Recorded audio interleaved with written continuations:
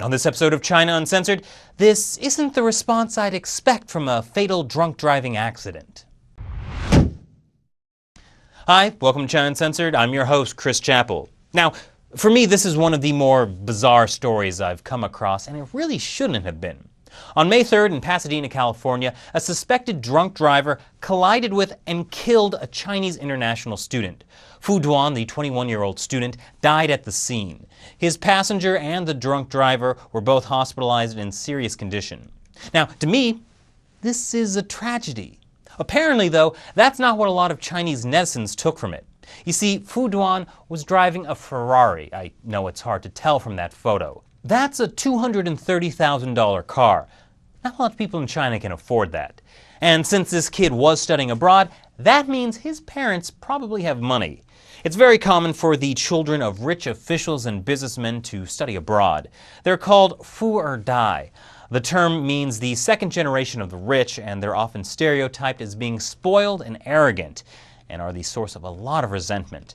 You may remember an episode I did about a fu or dai who threatened to kill a security guard who wanted to put her purse through a metal detector.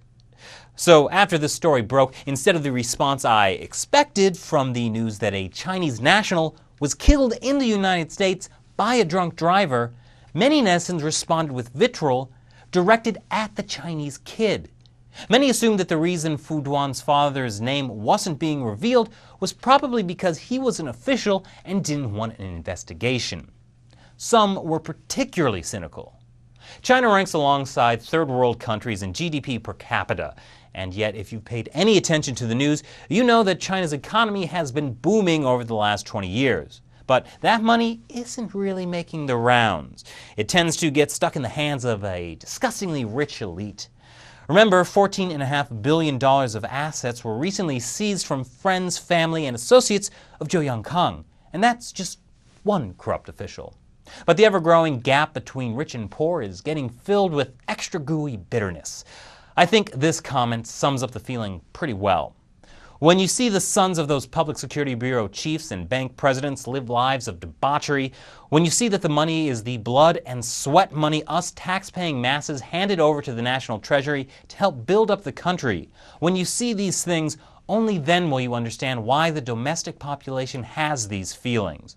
Of course, not all were like that. Many noted the extreme cynicism and desensitization the majority of commenters were displaying.